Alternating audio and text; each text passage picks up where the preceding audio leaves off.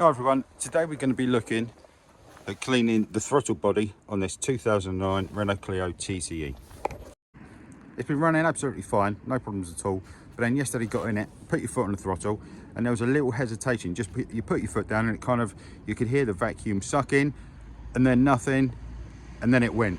And pulling away, it was making it really challenging and it actually stalled a few times. So today we're going to be looking, like I say, at doing the throttle body, cleaning up the butterfly valve.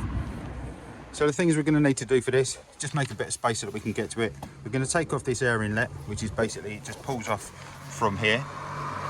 It's just kind of a rubber sleeve that goes over the top, so you can just give that a pull, and then just as it comes in here, there's just kind of a little clip there, which sometimes you might be able to get your thumb onto, just to give it a wiggle to pull it off. If not, just a flat screwdriver or something, and that'll allow that to come away.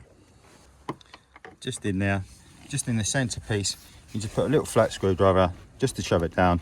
You can just pull it away and then that whole section comes away.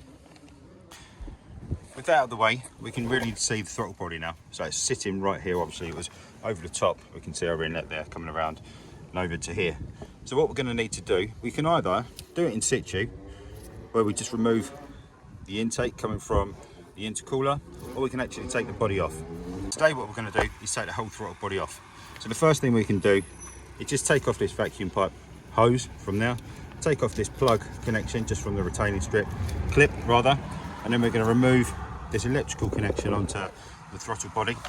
There is, I don't know if you can see, just a little clip here. Just need to squeeze that in, give it a wiggle, and away it comes. And then with that, what we can do is just put it over here, out of the way. Right, you can, if you want to, remove this vacuum hose. I'm not going to. But then the first couple of fixtures that we've got, just a couple of number 8s, one here, and then there's one just down the bottom here. We're just going to get a number 8 on there and just disconnect them. So these shouldn't be particularly tight. There we go. Just the way they come. And the one down the bottom, a little difficult to see, with a little extension on there. There we go. That one's away as well. So I'll just get these two off. The next piece that we're going to do as well, because once we get that off, it's actually still stuck in position. Over here, just on the left, you can see there's a number 10, which holds that whole inlet hose together. Because it's solid plastic, it's not going to go anywhere. So we'll just loosen off this number 10 as well.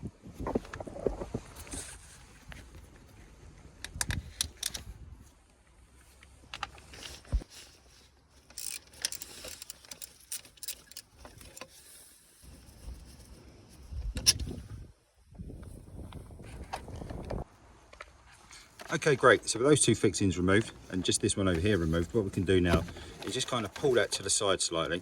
What it means is that this one here is still slightly difficult to get to. In fact, what we'll need to do, once we get the socket on there, we just have to kind of wind it back, and we'll actually end up with the socket slightly inside the inlet hose there. But for now, these ones, they're a number 8, 4 of them, 1, 2, 3, 4. So we'll just get them loosened off as well. And again, these aren't particularly that tight, so it's relatively easy just to get them off.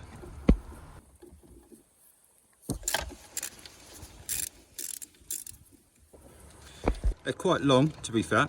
By the time you get them off, there we go, you can see it now. Obviously make sure you don't drop it down inside any of the hoses or anything like that.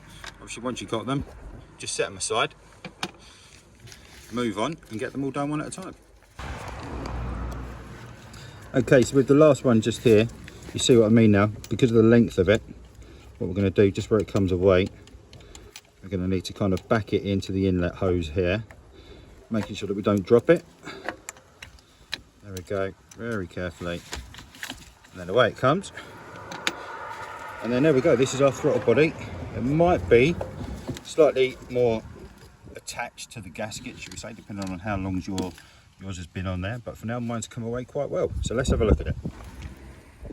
So there we go, with it off, we can now see how dirty it is inside. Obviously the air travels through from this direction, that's our butterfly there, and as it opens up, obviously that's where then it comes back through this side.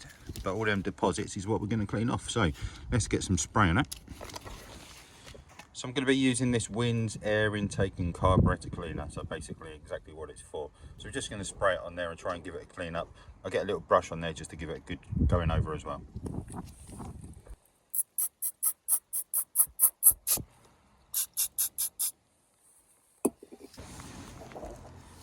Okay, so there we go. So just a good kind of spray of that over, giving it a good rub, a little bit of a brush in there as well. It's not perfect, but it looks a whole lot better than it certainly was. So whether or not that will just allow it to move a bit freer, you can see it's kind of not closing all the way up. Doesn't necessarily need to, obviously, because it needs to make sure that it's got a flow running through it at all times. But maybe I'll just give it a little bit more and then we'll get it back together. Okay, so right in there where we took it off, obviously we can see the gasket still on there. It's in pretty good condition, but we can see how dirty it is right in here. So what I'm going to do is just give that a bit of a clean up as well. There we go, look, it's nasty and gunky. So I'm just going to give that a bit of a clean up as well while I'm here, obviously making sure that I don't lose anything into the shaft.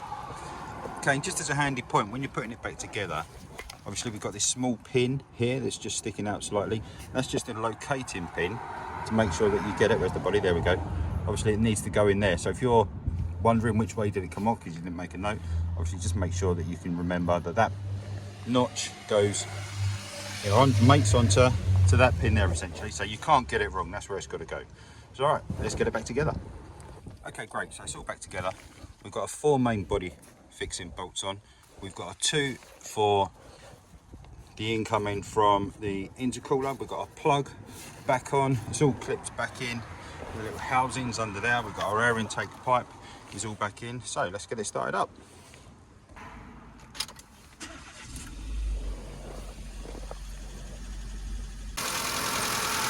Okay, great. So it sounds really good to start with. It's running really smoothly, which is what we were hoping for.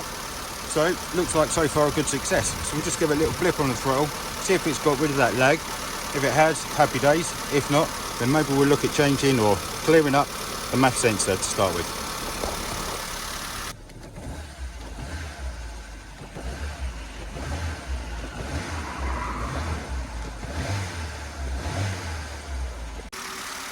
Okay, great. Well, I'm not sure if you heard that or not, just as I was flipping the throttle there, but it's actually got rid of the lag straight away. So we don't need to clean our MAF or anything like that. We don't need to disconnect the battery for 10 minutes to let it relearn its home position on the butterfly valve there. So I'm pretty happy that we've done that. So I'll take it for a quick whiz, but other than that, all done. Happy days. So for now, thanks very much for watching. Really do appreciate you taking the time, and I'll see you in the next one. If you haven't done so already, remember to hit subscribe coming up here now. But until then, all the best. Thanks very much.